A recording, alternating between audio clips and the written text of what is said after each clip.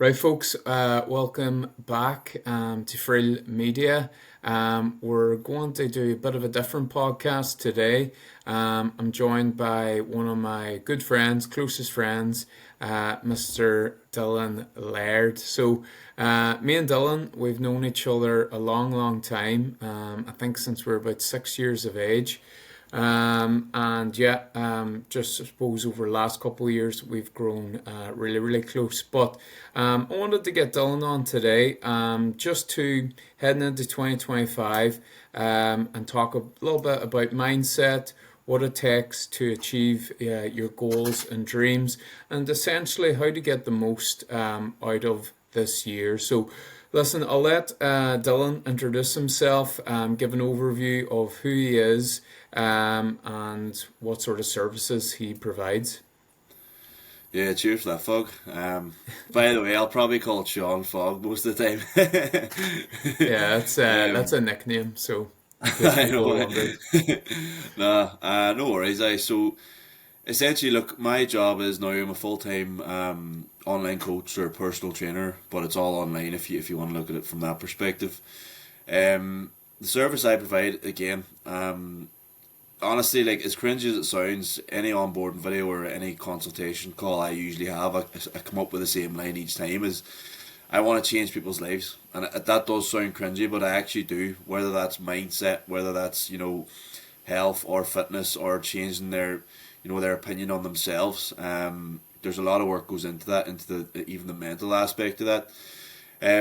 So yeah, like I just like changing people and helping people as much as I can. And obviously we'll dive into that in a bit later on, with regards to how I probably came to that realization of how I like helping people or whatever. But yeah, I help people drop body fat, put on muscle tissue, fall in love with training, fall in love with just bettering themselves every day, because I think you have to dare yourself to be better sometimes, and I think that's the motto of my platform. It's Dare with Dylan Coaching. So you just have to dare yourself to be better, because no one else is going to dare yourself to be better. So you have to do it yourself. And then once you take that step, then I think it's a lot easier. Pushing past the boundaries of just doing the norm. You know what I mean? Going above and beyond. So yeah, that's basically a brief synopsis of what I Yeah. sort of do. Yeah, no, perfect. I think you touched everything there.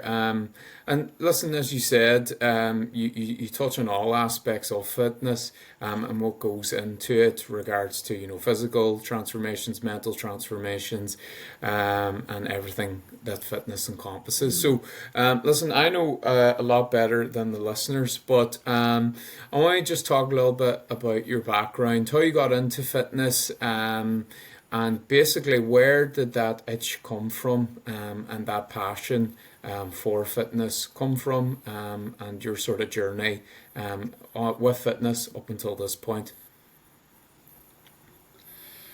Aye, so like when I go back to the very very start, I suppose like my first memory of like any sort of sport or fitness was like football. From the age of like 6, playing football, like out in the street or whatever, that was like where I first started.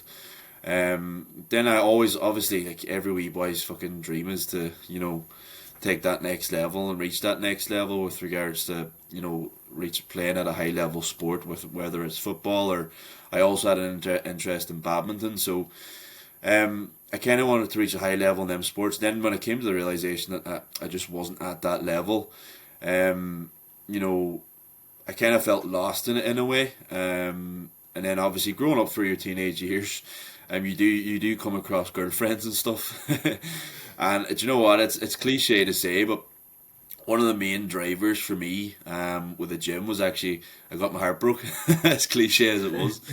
I swear to God, that's what happened. That was the initial, reason for me wanting to go to the gym. And then the guidance that I had from my brother, obviously he was a competitor back in the days with bodybuilding. Like I had an influence from him, so he just used to go to the gym, and I was like, oh yeah, let's go, let's go. And then the driving force behind that was obviously having my heart broke at that stage, when you're like 15, 16, it's a big deal back then. But now if I was to look back on it, I'm like, do you know what I mean? Like it's nothing, but at that time it was a lot. So yeah, I really found a passion for training because obviously you know yourself, Sean. Like, when you start the gym, you see these beginner gains very, very fast, and you're like, Jesus, I couldn't believe it. Like, I couldn't believe like 6 months or whatever, however long it was. I was like, I can literally see the physical changes. So I was gobsmacked from what I was seeing. And then just it was like I'd say from 16, 17, 18. Like it just grew, the passion grew, and then I started learning more, digging into the science behind it, why we were training, why we were using these certain training methods, why were we not using other training methods. I always tell boys this story, like even like when I was growing up, like trying to put on muscle tissue, I was just told to like just eat loads and loads and loads of food. So I remember just eating like I think it was like 4 or 5 meals of like chicken and rice, and the rice was like the Pilu Uncle Ben's microwavable rice. I just kept eating packets and packets of that, and I'm scarred from that rice now. But yeah, that's originally how I got into fitness. I suppose that's like a brief synopsis of how I got into fitness or sport, and then it gradually led into the gym. And I found some solace in the gym, because it introduced me to, friends that, I never would have came across otherwise, or social circles and things like that. So I'm very grateful for that. Like, Yeah, and listen, I'll give an inside joke. I don't know if you remember this, but I remember one day up at your house we were playing FIFA, and you came up with a tub of ice cream. And I think it was "Eat big to get big" was the literally, mantra at the time, like uh, So yeah, I mind yeah, sitting just watching you pile this ice cream in these. So it's quite funny. But yeah, so listen, you have that sporting background, that sporting pedigree. People won't know you're kind of humble there when it comes to football. You did play at pretty much a national level. You were at Finn Harbs. You're playing high level with Laird County Rovers, who are very well respected amateur club within Donegal, and you're playing underage League of Ireland. Was there a point where you were just like, no, you know what, I'm done with football. That's it. I'm pursuing the fitness, the gym. And was it hard to actually evolve? Because, listen, I've dealt with this myself, building your identity around one thing. I think it's something that a lot of yeah. people within this area, the Northwest, Donegal, do. Was that a challenge, or was it just very clear cut, or how did you manage that transition? It was tough, like because, like, it was tough because even like if you look at like our friendship circle or whatever, like a lot of them still play or do play or were playing high level sport, up to maybe 24, 25, 26. You know what I mean? So, you know, falling away from that, and you're like, right, I'm probably not going to reach that level or a higher level or whatever level it was. I was like, it was a hard pill to swallow, if you want to put it that way. And obviously, going to the gym, as weird as it sounds, and I always have this conversation, going to the gym these days is almost for like, frowned upon. Like if you were to say, "Oh, I'm going to the gym here," some people would look at you and be like, "What? You're going to the gym?" Whereas, I just can't understand it. I actually can't understand how people are so like, foreign to the idea of actually going to the gym to like look after your health and fitness and stuff. But as you were saying, going back to the original question of like the transition, it was tough. It was tough. It wasn't easy. I think that probably made it easier was because obviously I was going with my brother, so that sort of made it easier, and I got introduced to like his friends and different people in that sense, and he obviously gave me like a base knowledge of what to do in the gym, and what foods to eat, and etc etc. So it probably was made easier for me in a way, but at the same time it wasn't easy, if you want to put it that way. I still struggle with it, to be fair, because as you know yourself, like especially in the northwest, as you put it, like there isn't many people that takes the gym serious. You know what I mean? So yeah, Yeah. you probably felt you would have felt different for going to the gym. You Oh know? yeah, absolutely. And listen, it's a paradox, in the sense that you're kind of not ridiculed, maybe it's a bit of a strong word, but you're definitely people look at you funny, because you're funny enough trying to better yourself, which is Yeah, complete contradiction, I know. But I think too, like obviously the gym's become more and more accepted, and fitness in general is Yeah, growing, and there's different avenues. within fitness that people are able to pursue. I know, I was just thinking about it today. The first time me and you went to the gym was about 8 years ago, believe it or not, That's mad. which is crazy to say, That's but mad.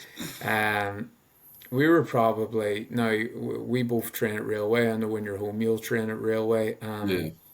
And at the time, like, we were what, I think you'd maybe were turning 18, I was 18, and we were just, we stuck out like sore thumbs, going into Railway, because it was a very hardcore, Yeah. sort of clientele there. But funny enough, it didn't really bother us. We were just happy No, enough to get stuck in and train, and that's what I was gonna say. That's the reason that we liked really because it was hardcore. yeah, You know what I mean? Like see when when you sort of take a step back and look at it, like if you were to go into a gym, obviously when we started going to the gym at like 18, like in a big city or something, you probably would have ended up going to like a pure gym or something. Like hmm, realistically, because like that's what I look at now. Like all the young boys, like based where I'm from, they're all going into the pure gyms and commercial gyms, and I feel like we were. Do you know what I think about it? I feel like we were sort of lucky, oh, to be absolutely, honest, because we experienced an environment where people went in and trained hard. All right, I'll stand back and say some of their training. See, when you look at it, you're like, it's awful, hmm, but everyone went in there and trained hard. There yeah, was no one just going in there going through the motions. motions, Everyone yeah. went in and trained hard. So I feel like we would have gained a lot of experience through that. Seeing other people just going in and training hard, we would have gained a lot from that. Yeah, absolutely. Like, and you know, listen, we're unfortunate in the sense that living in Donegal and being from Rafo, there's not a lot of resources for young people. You Yeah, got your sport, but due to the weather and stuff, it's not practical to go out and play football when it's bucketing down. But yeah, we were very lucky, in the sense that Railway was 5 months down the road, went there and trained, and we done, we were naive that ignorance is bliss, that we just went in, didn't know much about nothing, but we were training hard, and getting literally. stuck in, like, and the options were limited in regards to either went to a gym and trained or you went to the pub and drank, and I think thankfully we made the right choice. No way.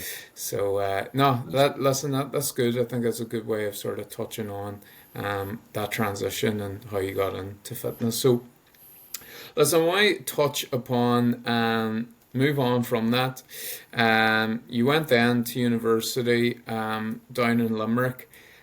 Yeah. And how was that balancing fitness and your education as well? Yeah, like to see when I think back on it now, like even though I started taking the gym serious, like I thought it was serious for back then, but see when I think about it, like when I compare it to like what I do right now, it's nowhere near serious. I thought at the time I was like being proper serious, but I think it was a bit of lack of education on my side because like I still thought that you still had to eat like chicken and rice 4 or 5 times a day. So like if you would have looked at my meals in uni when I lived down there, it was so bland. Like if you ask any of my housemates, it was like boiled frozen chicken breast and like pasta. I swear, that's what I was eating. Like, but like, see, even like when I compare it to the meals I'm eating now, it's like it's night and day difference because I know about nutrition a lot more than I did then. But again, it sort of adds to my experience of right now. I know that you don't need to do that, to actually make progress or whatever. But managing both, yeah, it was pretty. I found it okay. I found it okay. Like I wasn't trying to be at that stage. I wasn't trying to be a professional bodybuilder, even though I love bodybuilding. I wasn't trying to be anything. I was just going in, enjoying training. You know what I mean? I wasn't trying to build a business. I wasn't trying to do any of that. So I didn't feel any pressure to go in. I just went in and just trained for the love of training. And I would always train with Aaron down there, so Aaron McGee that is. So we always just went in and just like went in and like tore it up if you want to put it that way, Mm-hmm. just train hard. But again, when I look back, he sent me a video recently and I posted it on my Instagram. When I look back at form and stuff back then, like it was awful. It was like barbell bent over rows with like 10 aside on, but I was Yeah, swinging the weight around left, right, and centre. Like, but it was just going in and train as hard as you can. yeah. And then, you're obviously balancing the fitness and education stuff. You finish college, university during lockdown, and I know being a teacher myself, we had talked a lot, and you were sort of that was a career you were considering pursuing. Um, and then you basically tried it, give it a go, realized it wasn't for you. At that stage, maybe touch upon that, what the reasons for that, and was there something in the back of your mind thinking, I'm not sure about this personal or online training, but was that an idea, something that maybe you weren't willing to admit to yourself, a dream that you weren't willing to admit to yourself at the time, or what was your experiences with that? Yeah, so like when I sit back and think about it, like what was I, 18, say 18, 19 when I started college. I really wasn't sure, honestly. I wasn't sure what I wanted to do coming out of college. So like just for everyone that's listening or watching or whatever, I have a Bachelor of Arts in Maths and Economics. So that's what my degree is in, and I finished that degree with 2-1. So like I was buzzing that I completed that degree or whatever. But going through that course, I was like, right, what do I want to do here with this? So as part of that course, there was like a 6 month work block that you had to do placement in. So you could either get it organised by the university or you could organise it yourself. And like just the boys that I was friends with, I think for the most part, the majority of them were organising it themselves. Just because it was handier for them because they could organise it 5 minutes from your house. You know what I mean? Instead of Mm-hmm. if I left it to the college, I could have been put down in Cork for work Timbuktu placements. or You know what I mean? something. So Yeah. God knows where I would have been, and I would have had to organise housing and all this crack. So it would have been an absolute nightmare. So what I did then, I was like, right, so if I just organise a school here for 6 months, then I'll live at home for 6 months, and then that's me sorted for placement. I don't have to worry about it. So to be honest, at the time, it was more of like just handiness. I'll just do this for handiness. So I worked in my old school for 6 months, and I actually enjoyed it. Like I taught. So obviously my degree's in maths and economics. So I taught first year maths, and I took second years as well. And I stepped in on a couple of third year classes, but I didn't do any like leaving cert stuff or senior stuff. Which was I actually enjoyed it, to be fair. I actually did enjoy it at the time. So that was the 6 months like work placement, and then we had summer break. So that was from January until June in like second year, and then going into third year. Then the first semester of that was Erasmus. So I actually lived in Netherlands for like 3 or 4 months, studying in a college out there in Nijmegen it's called. So studied out there, and that was grand. And that was like studying economics in a Dutch school out there. Came home, literally got the flight home and was in college in for like refreshers week in like February or January, whatever it was, and then COVID hit. COVID, that's when COVID started in 2020. So then I moved up back home. Wasn't sure really what I wanted to do, and I was like, right, well, I enjoyed the 6 months placement, so right, I'll try teaching for a go. So I completed the rest of my degree, and I applied for the PME in NUIG. Got that and started that. Now I started this at the back end of 2021, but COVID was still around, Mm-hmm. so university was sort of online, sort of in person. It was still sort of all over the place. So the online course was I found it a bit like weird. Just the whole setup of it just didn't feel right for me. And then going into the actual college, so we had to go into the college like 3 times a semester or whatever it was. But obviously, me driving from Donegal, that's a 3 hour drive down. So I emailed the college and be like, look, is there any way I can sort of organise this so I don't have to come down? And they said, no, you have to come down. So I went down the first day, and it was sort of like an induction day, but you had to do other things as well. Mm-hmm. And I just remember, and this was like the eureka moment for me. I was in the course itself, and we were in this like massive lecture hall. So I think there was like maybe I don't know how many people was doing the course, maybe 60 or however many.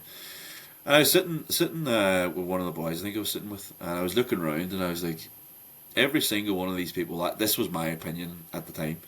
every single one of these people looks like a teacher and talks like a teacher and acts like a teacher, etc., etc. And I was like, this is not me. Like, I just didn't feel like I belonged there for some reason, and I don't know. Like, maybe that was one of them eureka moments that led me to this moment. I don't know.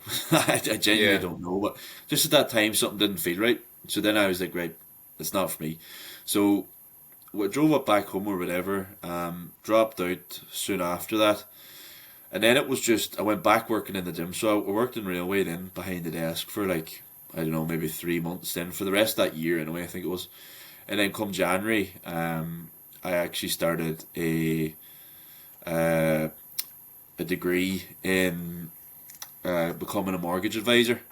So it's the CMAP, it's called, so Certificate in Mortgage Advice and Practice. And that's a Northern Irish based course or an English based course. So then you have 12 months to do that course. Effectively, it's home learning. You can just apply for the exams whenever you feel like it, and everything was done online. It was done out of the London Institute of Banking and Finance. So I did that. I did that in 8 months. So I completed that in 8 months instead of 12 because I just wanted to get it done out of the way. So I just committed myself to that for 8 months. So literally, I would have been working in the gym most evenings, and I would have been getting up at around 8 or 9, studying from like 8 or 9 in the morning to maybe 1 or 2 in the day, going training, and then working after that. So that's the way my life looked for like 8 months when I think about it, which is mad. But yeah, I got the course done, and then like the week after that, I got a job in PGIM in Letterkenny. So that's Prudential Global Investment Management. So it's like an investment manager, but they're all over the world. They've offices. It's a massive, massive company. So I worked in them worked in there for a year and a half, and then they offered me to stay. So they did want me to stay in the role I was working in.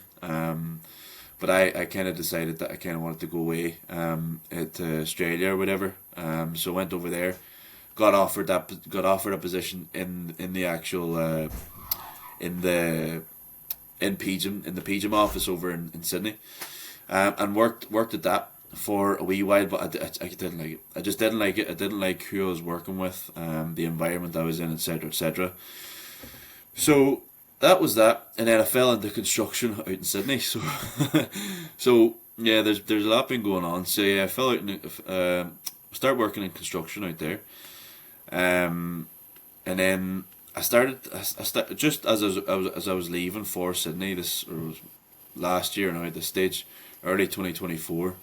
I had a few people inquire about online coaching, and I was great, yeah, because I've been always online coaching since I started working in the gym, you see.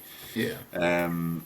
So I've been maybe doing it for probably 2 or 3 years, but it was always like a part-time thing. It was always a bit on the side, and it was always something, always something. And when I think back in it now, like even back in like when you think about it, even you, Sean, like when you actually look at it, like online coaching wasn't even that big back in 2017, 18, No. 19 even. It only really started getting big, post COVID. COVID, yeah. That was my thought. So I was like, maybe I can help people, but through something I have a passion for. So it was obviously fitness and the gym and stuff.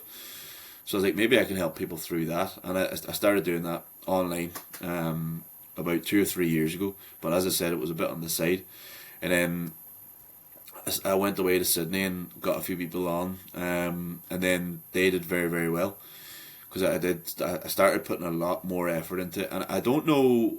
Honestly, I don't know. And Michael's asked me the same question, like why. Like it was literally we hadn't even left the country, right, for me to go to Sydney, and I was literally on the laptop. And Michael could tell you this. I was on the laptop in Dublin Airport, creating someone's plan in Dublin, and we hadn't even left. And I don't know why at that time it just all sort of just started kicking on or whatever. I do, as you said it, or you asked me, like it's always something I wanted to do. As soon as I knew you could actually do it, do you know what I mean? As soon as I seen other people online coaching, I was like, why can't I do that? Like, why, I'd love to do that. That's like a dream. That was a dream. It still is a dream, and I'm lucky enough to say now I'm sort of living my dream. But at that time, as you said, it goes against the norm. If you want my honest opinion, Sean, like, online coaching. If you say to someone you're a PT or you're an online coach, they're like, what's that?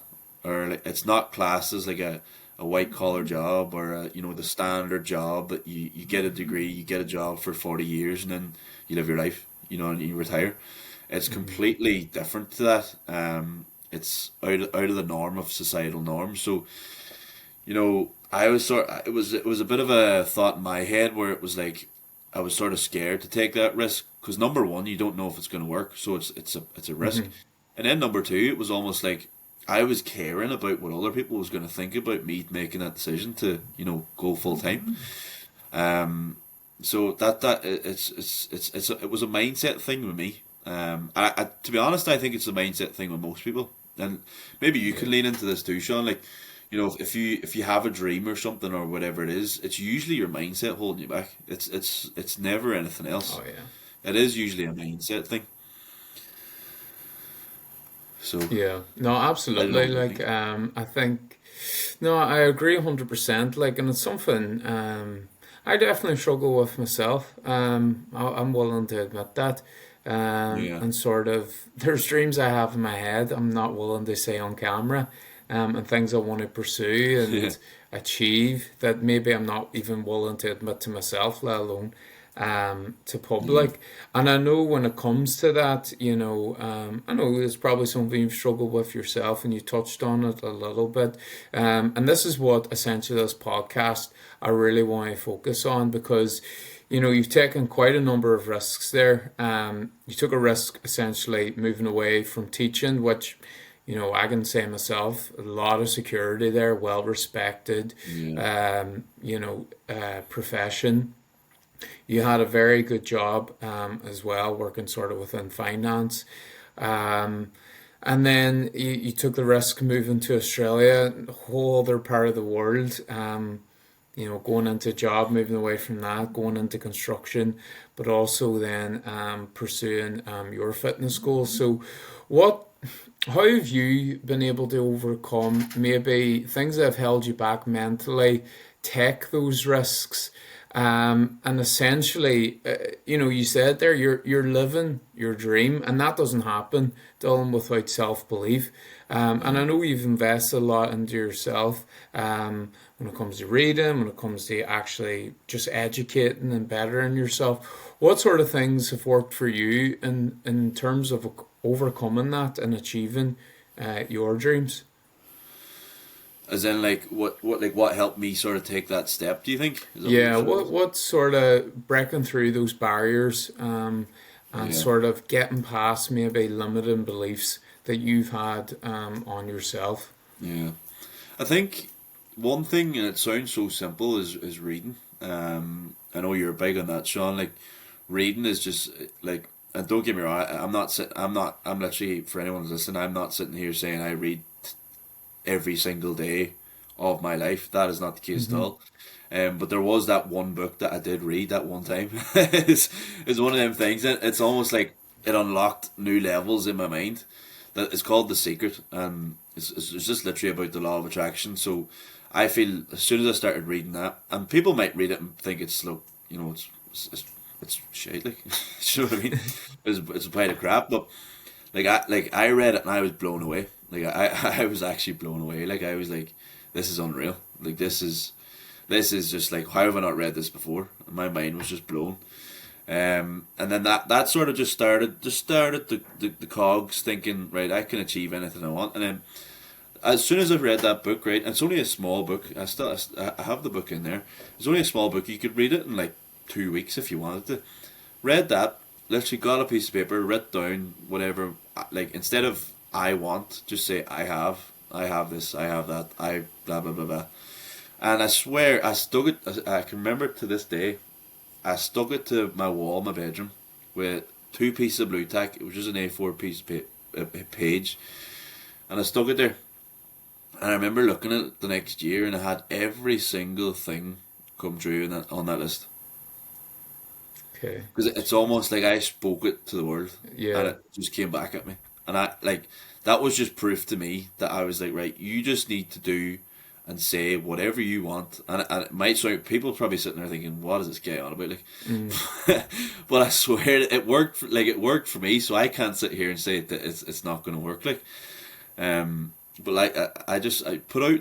I feel like, and that's something that like I've been struggling with recently too. Is just being open and honest here. Like, your mindset controls so much, and if you start having like a negative mindset, like you'll find negative things come back at you. 100 million%. I don't care what people say. I couldn't agree anymore. That so number one, it was the book, and then self like inward looking, like realizing what do you actually want. Like this is what was holding me back. Societal norms. What do I want, and stop living my life for other people.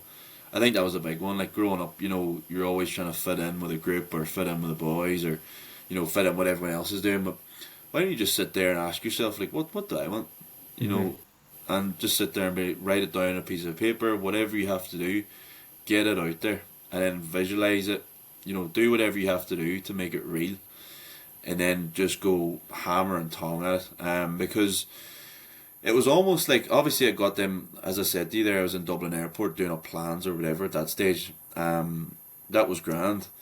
But it was when I got over to Australia, I was like, right, for me to take the next step here, I need to start investing, and not investing in stocks and shares or anything like that. It was more of, how do I say this? Like, say for example, you're buying something, right, and it cost €1 million. You're gonna value whatever that is to the cows come home, because you've just spent €1 million on it. Yeah. Whereas if you spend a tenner on it, you're not really gonna care about it. Yeah. So I was like, the reason I'm treating this online coaching thing as a bit on the side is because I'm not putting any money into it. Like I was just I was taking money from it, but I wasn't putting any money into it. Whereas as soon as in my head it was almost right, I'm putting money into this now. If I put money into this, I proper care about this, because this is me investing my money into it. So it's not just a money taker now. I'm giving money into it to make it better. And that was a turning point for me, because I don't think if I wouldn't have took so at like one of the first investments I did was like hiring a graphic designer to create whatever with the logo. Like that was like, at the time when I look back at it now, it's not that much money, but at the time I was like, this is massive. Like this is huge. And that was the first step. That was the first step I took to make that next step of, right, I'm actually investing money into the business. And that's when I really started putting more effort into it then. Because it was my money and I didn't want it to go to waste, and then it just sort of spiraled from there. So I think sometimes it started off with a mindset, and then it became, right, what I have to do here to actually make this happen. And I think a lot of it, you can sit there and talk about it until the cows come home, but if you don't take any action, nothing's going to happen. You need to do some sort of action that like takes you, even if it's an inch closer, not a mile closer or whatever it is to what you want to achieve. Even if it's just a wee bit closer, it's going to help. It's going to help you get the ball rolling, essentially. Yeah.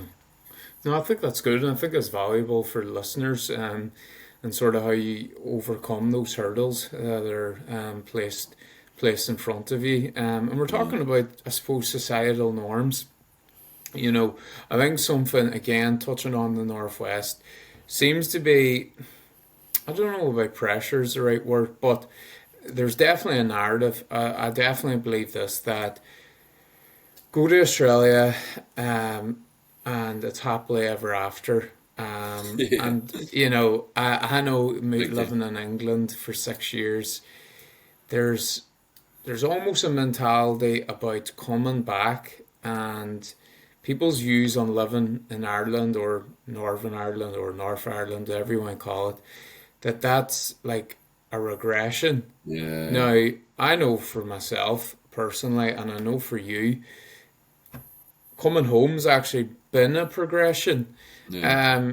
Do you want to touch on that, Dylan, and how, you took a brave decision again to go, you know what, Australia's not the best version of me, and moving home, your life's been able to progress. I think that's something people struggle with, is the idea that coming home can be a progression rather than a regression Yeah. or a step sidewards. Yeah. Do you want to touch on that a little bit? Yeah. That it's funny. It's funny you brought that up, because I was thinking about this the last day, like in my own head. You know when you have these internal dialogues all the time. I was sitting thinking. I was like, Oh, tell me about it. like how yeah, how do I feel about coming home? I was sort of asking myself that question, and I was like, do I feel like a failure? That's what I asked myself, and I said yes. Right, I'm just being honest. Like I said yes, and I was like, right, do you feel like that because you actually feel like that, or do you feel like that because you feel like everyone's judging you from that perspective? And the answer is because I feel like everyone's going to judge me from that perspective. Because as you said, if you go to Australia or wherever you're going and then come back, it's not frowned upon, but it's almost like, right, it didn't work out for you, unlucky kid. Yeah. You know that sort of Yeah. way. Oh yeah, Instead of absolutely. instead of you going, I came back. Like when anyone asks me why did you come back, because they always ask you why did you come back. It's never all welcome home. It's like why did you come back? That's true. My answer's always like to help the business grow. That's my honest answer, and that's what it's done. You know what I mean? I suppose that's one of the reasons why I came back. But like it's came to that and more. Like it's I don't think I would have grown that much if I was still over there. Um, so I think I kind of just proved what I wanted to do when I came back. It came true. Like you know what I mean. Um, so to be honest, I probably still struggle with that, thinking that people, it's funny because if I meet someone that I haven't met since I've came home, I've been home what 3 4 months now. I'm always worried that they'll ask, "Why did you come home?" And I always say then, "Oh, look, it's just I came home to focus on the business." But I shouldn't, you shouldn't even be worried about that. Do you know what I mean? You should just be like, "Well, I came home because, I did. That's it." Yeah. Do you know what I mean? No, that's Like it. Like, you probably have that sort of same thing coming back from London, do oh, you? Like? 100%. Like, and people always ask me a lot. It's funny. Like, a lot of people always ask me, "Are you still in Newcastle?" When that was like, I think a year and a half of my life compared Yeah, to London, which I was yeah, there for 4 years. And listen, I suppose the transition home is something that at times maybe I've struggled with, but something I've started to realize and think about recently is it's all about perspective. yeah, I remember slagging off Rafo Donegal a few years ago when I was younger and just going on hard on it and saying it's a terrible place to live, there's nothing going on, blah, blah, blah. And I remember just my dad, who's a man of few words, just turning around and saying, it's as good as anywhere else. And that always stuck with me. And I think like it's all about perspective. uh, I think the yeah, best place in the world to live is the place that you believe in your mind. yeah, And, you know, say Australia or America or London, people think, it's glitz and glam, that the grass is greener, but there's no actually real metric. no, I suppose there are factors you could consider, but there's no yeah, real metric that defines it as being the best place in the world to yeah, live. There's yeah, gives and takes with everywhere, and yeah, that's something I've realized. And I think it's where you can dream, or sorry, where you can build your dream life, and where yeah, you feel that suits your lifestyle, where you can yeah, achieve your goals, and what sort of your value system is. yeah, Because I know certainly, living in London and living back here, even though on the surface, a lot of people from the outside must think, and I've had comments like this before. I bet you wish you were back in London. mm, Why did you move back here? I know what's yeah, one I would have picked, and so on. But I can genuinely say, no, it's not perfect here. I'm yeah. not going to sit But it's in not Canberra. perfect anywhere. Like, do you know what I mean? No, exactly, and that's something I've realized. But I know certainly, and I'm not married to the idea of staying here, but I know certainly that I couldn't see my life being better anywhere else. And maybe that's a Mm, negative mindset. But I think when I weigh up everything, I couldn't see going back to London or going to yeah, Australia being happier or a better version of me. mm, mm-hmm, Um, and listen, that'll change, and I'm open to that changing. But yeah. I think that's something I'd like to say. I know this is a conversation with Dylan about mindset and perspective, but I think a No, lot of people need to realize that yeah, perspective's everything, and yeah, um, I like, think too you can achieve a lot, especially now the modern world was online and what you're doing. You could essentially do your work anywhere in the world. I know I could yeah, do my job anywhere in the world. I'm not tied or married anywhere, but you know, you can achieve, or at least now that's something I've started to realize, something maybe I struggled with in the past. You can achieve pretty much a lot of things, or what maybe you want to achieve anywhere in the world, yeah, within yeah. reason, of course. But I that's feel something I I've feel like found.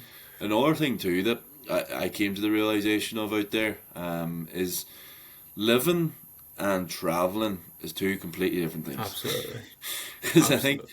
everyone, like, my perspective on going out there, like, and I didn't really probably again is probably just narrow mindset, naive. You can say whatever, like, but like I just thought it was as you say, Sean, like glitz and glam, that sort of thing. Hmm. Everyone's just gonna be perfect, but you don't really think about it. Like I feel like traveling Australia, unreal. Like to go there and see it, unreal. There's so many nice sights and stuff like that there.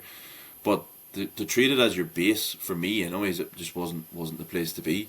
And again, that's not me like saying don't no one ever go there. It's just more of just my preference or whatever. But for for me, in a way, it was realizing that traveling and having an actual Australia as your base country from where you're going to stay is two completely different things. Oh yeah. You know. No, yeah, and that's something I found in London. I remember the first time I went there was for a weekend break, and it was just so gravitating. Yeah. I just Yeah. thought this is the place to be. This is the Yeah. place to achieve what I want to achieve. And listen, it was a great place, and there's plenty of opportunities there, and a great place for me to cut my teeth. But you know, visiting there and actually living there, I think I Very did different. more in that weekend break than I did in the 4 years I lived there. Yeah. Only the last couple of months I lived there, I felt like I had to catch up for time. Yeah.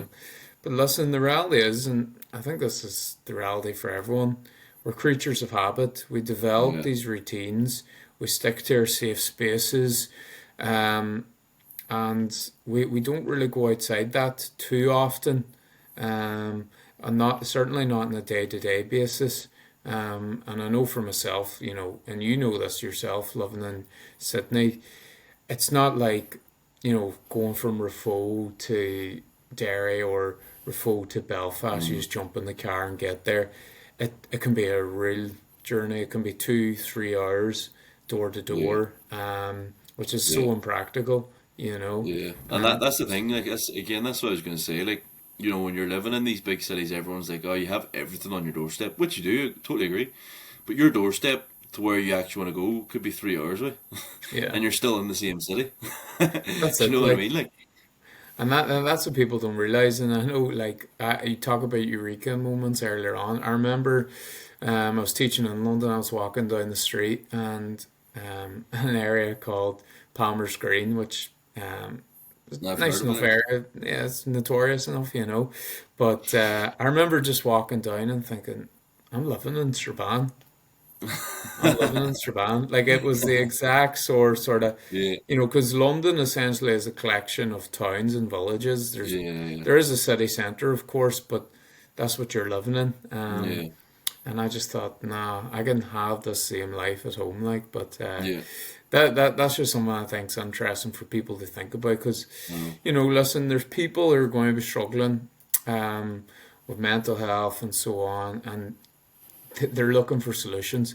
Um, and for some people, this will be a solution. I'm not going to sit here and say it's not, but they think if I move to Australia, if I move to America, if I move to England, my life's going to be sorted. yeah, That's not true in many no, many cases or scenarios. no, Um, and that's not us trying to put a dampener on it. I'm sure you'll agree. We're just going to no. give another Because side I know, of the like narrative.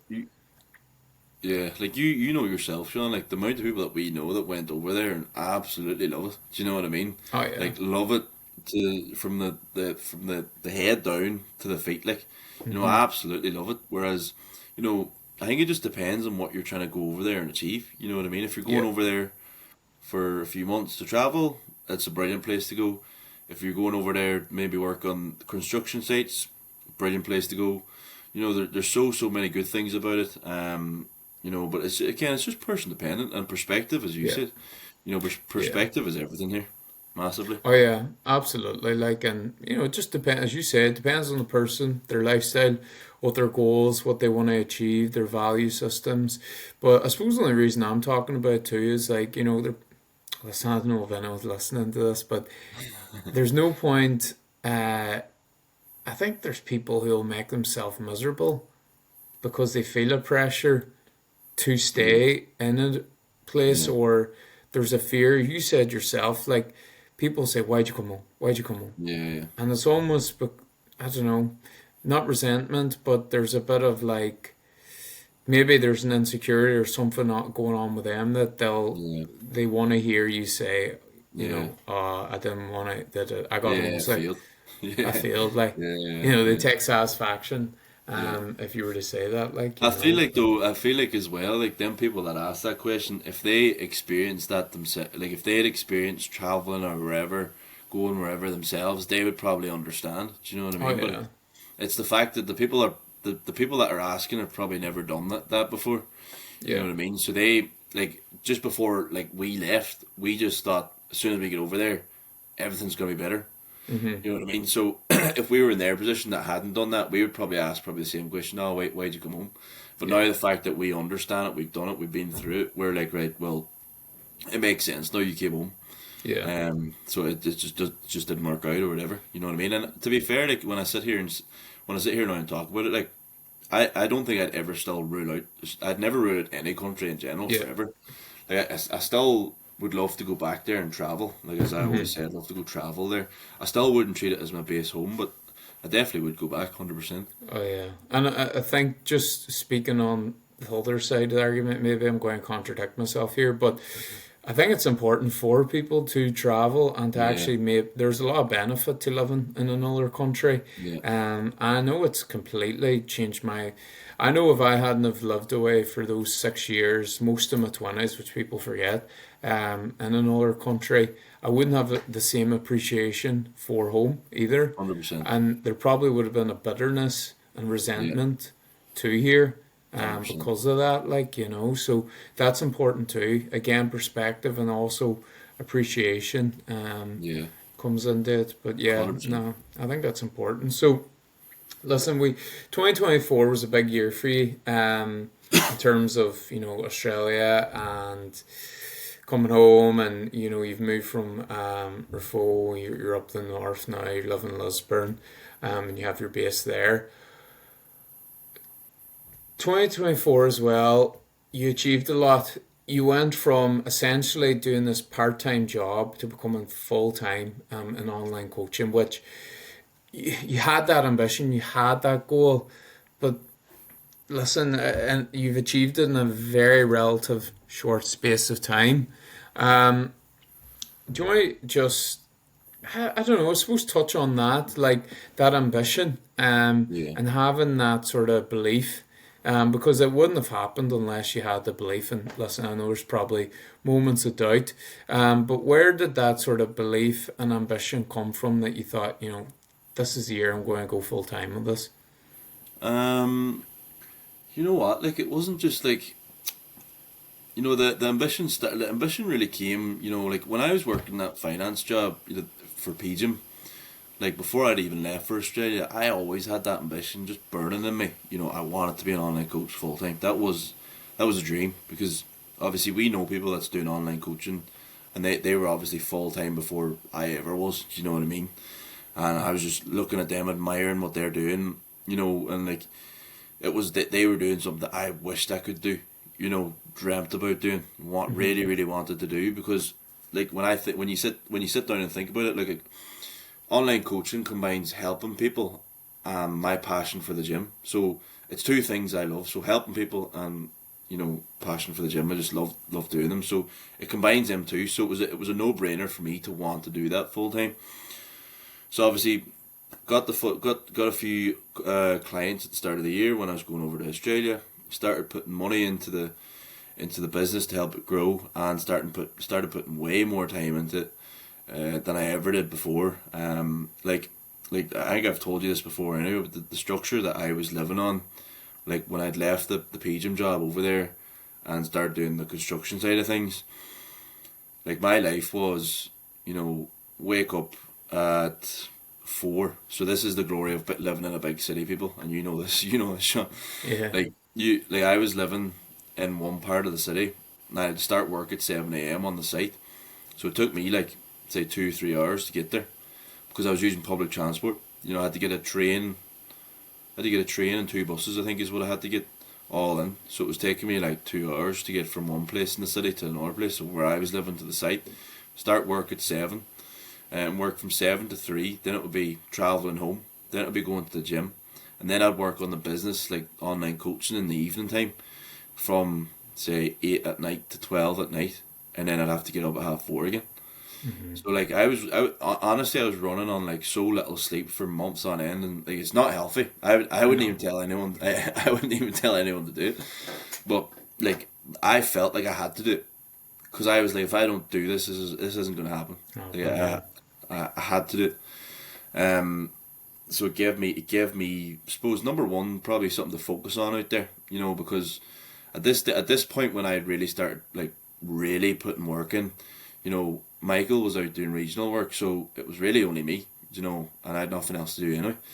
So I was like, just let me put loads of effort into this, and I really wanted it. Obviously, I wanted it to come true.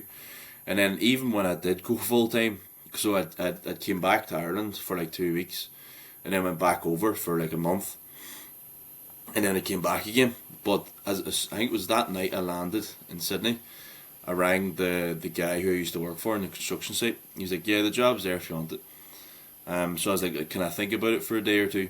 And at this point, I'd built up the client base to maybe, where I could possibly take it full time. Yeah. So even when I took it full time at that point, so I sat and thought about it for like 2 or 3 days, and eventually I rang him back. I was like, look, I think I'm gonna go full time, and I even asked his opinion, and he was like, look, man, when I started my business, it was a risk. Everything that you do in life is a risk, and if you want something badly enough, you just take the risk and see what happens. You know, what's the worst can happen? And he was like, even if it doesn't work out, the job's still going to be here for you. So I was like, yeah, do you know what? I'll just try it. So I went full time, and at that stage, it was a risk because since then I've been chatting to like, other online coaches now who's been in the industry 2 or 3 years, or a lot longer than me, even if you want to put it that way. And like some of them didn't even go full time online until they had a lot larger client number Yeah. than I did at that time. You know what I mean? So it was a massive risk. But I was like, at that point in my head, I was like, the amount of work that I want to put into this, I cannot physically do it anymore. I need this time that I'm putting into this construction job back in order for me to help the business grow. I couldn't do it otherwise. Like there physically wasn't enough hours in the day. If I, you know what I Yeah. mean? Yeah. Yeah. So I was like, all this time that I could be just that I'm putting into this construction job that I'm gonna get really nothing back for long term. Let me just invest that time into the actual business, and that's what I did. Yeah. So then things started really paying off. Then, so it did. So it was me. It was a combination of number one, realizing what I wanted. Number one. Number two, putting every single ounce of my effort and ability into that for must have been 3 months, like literally everything, and then taking a risk. Still had to take a risk at the end of it, to go full time, and then again, even when I went full time, I still had to go hammer and tong at it, and I still am going hammer and tong at it, Yeah. and I will be for the foreseeable until it gets to a point where I feel comfortable. You know what I mean? But this is the thing. Me and you've spoke about this before. Are you ever comfortable? Because I don't think you should be comfortable because then you take your foot off the gas. But at the Yeah. same time, maybe sometimes you just have to take a step back and appreciate where you're at too. Oh yeah, absolutely. And I think, something I fear at times is complacency. Because I think if you're not progressing forward, ultimately you're moving backward. But I think what's valuable, you've said out sort of a few things there, that have helped, or have been factors that have helped you achieve your goals.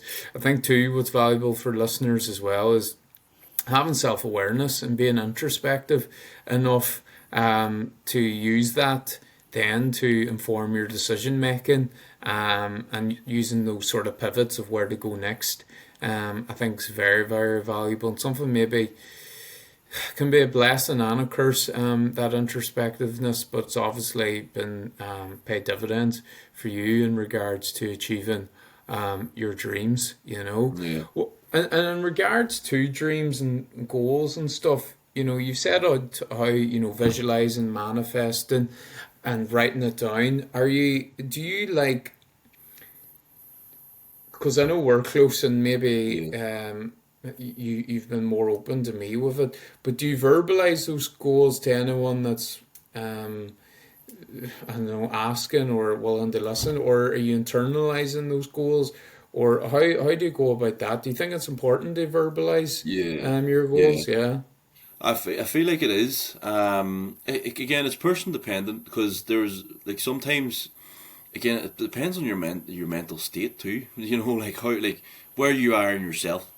You know how confident do you feel like you can get them goals? Because obviously my perspective on goals, I was actually chatting about my story on this, is you need to aim for aim for the stars. Like Mm-hmm. set your goals way too big, way too big. So like if you're setting goals that's way too big, you probably won't feel the most confident. But do you still feel confident enough to talk about them? Mm-hmm. You know, it's going to be person dependent. Like with me personally, it depends what the goal is. I'll talk about it with a person or whatever. Some goals I won't, some goals I will. It really just depends on what they are. Um, so I can't really give you a straight answer on that one. To be fair, Yeah. No, fair enough. Yeah, what do because you think? What do you, would I, I you?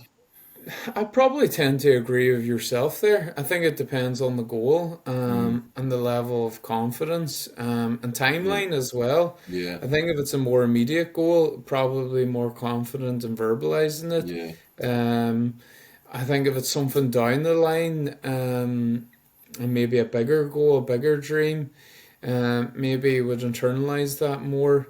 And I think it's, as you say, it's person dependent, but it's also it's goal dependent too. mm, You know, listen, there's stuff I want to achieve in 2025. I'd be more than happy to say on camera. mm, But also there's stuff I want to achieve in 2025 that I'm not sure if I would put out there yeah, yet. So no, I think that's fair enough. Like, but it is something I've been asking. You know, what is the best approach? Because I probably would write most of them down, mm, to have that, or have that inner dialogue at least. yeah, But in terms of verbalizing, again, probably the same as yourself. It just depends on the goal, and yeah, but yeah, it's something interesting that I've been thinking about moving forward. mm, You know, yeah. so Dylan, I'll not keep you much longer because I know you're a busy man. And you got, as you say, you're going hammer and tong. Is there anything now in regards to 2025 that you'd like to achieve? Is there anything, you know, you're going to continue working on the business and all that, but is there anything else, maybe not even business related, that you want to achieve, or you think will be valuable for people to hear? Um, yeah, but do you know what? Like again, when you're setting yourself goals, always aim too much or whatever. But I feel like personal development is one thing I really do want to focus on this year. Because even though I feel like you can probably stand for this too, Sean. Like when you travel and you see all these new experiences, live in these new places, you do develop as a person. I don't care what people say. I feel like you do. You know, like I developed a lot when I lived over there in Sydney. As a person, 100%. But I feel like since I've came home, I'll probably let that slip a bit. So kind of want to pick that up myself. Developing who I am as a person, my understanding of who I am. You know, again, it's one of them things where you just don't want to be sitting there thinking, "Oh, I'm comfortable with who I am."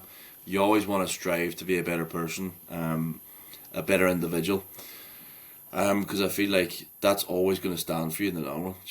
The Hmm. better person you can be, then you're going to attract more good things to you as well. So, again, it's as simple as helping the old lady across the street. I swear to God, something small like that can make a massive difference to your day, and you'll get that back. Not maybe an old lady helping you across the street, but you know what I'm trying to say. Yeah, You will get something back. So yeah. personal development and just my understanding of myself would be a massive one for me, to be honest. Hmm.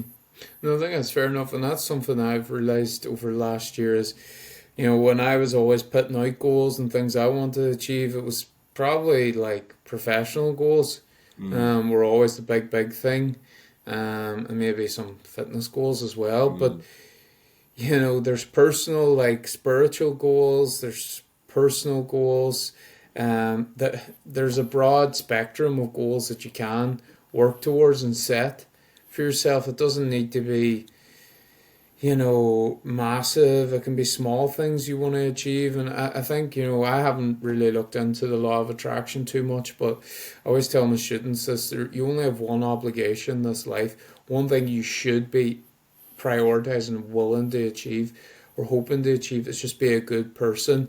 And I think, if you do be a good person, genuine, put energy into that, good energy will come mm, back to you, and keeping 100%. that positive mindset and positive things will happen. And that again, I don't know too much about the law of attraction, but that's a genuine belief I have. Mm, So 100%. that's interesting. So I know we touched on it before, Dylan, but what's just as a summary sort of point, concluding remarks, what's three things that you think people could do or set themselves to ensure that they kind of get closer to their goals in 2025? Um, Number one is just setting goals because I know a Yeah, lot of people just don't just go through the motions all year. yeah, So number one, set goals and set them big. Number two, reverse engineer them. Like, don't set yourself a goal 12 months down the line and you have no clue. You're just going to go through the motions for 12 months and then a week before you're going to be like, I'm nowhere near this. Hey. What am I going to do? aye, So, reverse engineer them. Really, really think about it. And, like, I don't know if I told you this, but I've planned out every week of 2025. That's how right, okay, in depth I'm going here. Do yeah, you know what I mean? So every week I know exactly what I need to do. So like that's what I'd advise people to do is get granular with it. You know what I mean? mm, Set yourself big rocks to achieve, but look at it from a sand perspective. What tiny like grits of sand do you have to do to place in front of you to get to that big rock? You know what I mean? Use it. You try and visualize that. So set yourself goals. Number one, reverse engineer them. Number two, and then number three, unlock your mindset. Do not let beliefs and these societal norms of you have to go to college and you have to get a job and live that job for 30 years, retire and die. Don't let that control your mind. mm-hmm, I swear. Don't let it control your mind. And I'm not saying everyone has to go do some fancy job. I'm not saying that. But just don't feel like you have to just fit in. Just mm-hmm, don't, because you don't have to if you don't want to. You know, if you want to do something like that, do it. There's no issues. There's literally no issues. But just don't be one of them people that's living your life just because you feel like that's the way it's meant to be lived. yeah. No, that's something that's really, really valuable, and that's a good sort of final take-home message there, Dylan. Listen, why don't you plug your socials? Where can people reach you Yes. and get in contact with you? Yeah. So, what is my name on Instagram actually? Actually, I couldn't even tell you. I'm on Instagram. Like you wouldn't believe how much I'm on it every day. I couldn't tell you. So, right. So my Instagram name, you'll find me Dylan Laird Fit. My coaching business is There with Dylan. There with Dylan Coaching. So yeah, I'm currently actually just launched today, 2025 Kickstart Accelerator program, which is 12 weeks long. And it's basically just to give you all the tools you need to utilize moving into 2025 to make it your best year yet. Unlocking new mindset skills, unlocking the best physique you could ever imagine, because you deserve it. I used to think I didn't deserve any of that. Everyone deserves it. You just need to unlock new levels, and that's why I created this program. To be honest, to give people the support that they can the support and the realization that they actually need to realize that they can actually achieve anything they want. So that just launched today. So the 2025 Kickstart Accelerator program. Just drop me a DM. There is a link in my bio for the application form as well. So if anyone wants to give me a message, feel free. Yeah, there we go. There we are, folks. Listen, I know from my own perspective, and I know that the service Dylan provides is top notch. It's not just a run of the Thank mill you. generic online personal trainer, whatever. It's in depth. It's very very thorough, and more importantly, the support you'll get is second to none. And even you know yeah, you'll develop physically, but mentally, I know for a fact, and there's testimonies if people do check out Dylan's socials. There's testimonies on how people have developed, both physically but also mentally. So definitely worth investing in. And Dylan spoke earlier about the importance of investing in yourself. 2025, folks, invest in yourself, whether it be fitness, personal, professional, whatever. And yeah, let's hope for everybody listening, it's a good one. All right. Thanks very Yeah. much, Dylan. I really appreciate that. No worries, man. Okay. No worries. All right. So there are folks. Remember to like, share, and subscribe, and keep an eye out for more episodes in the future.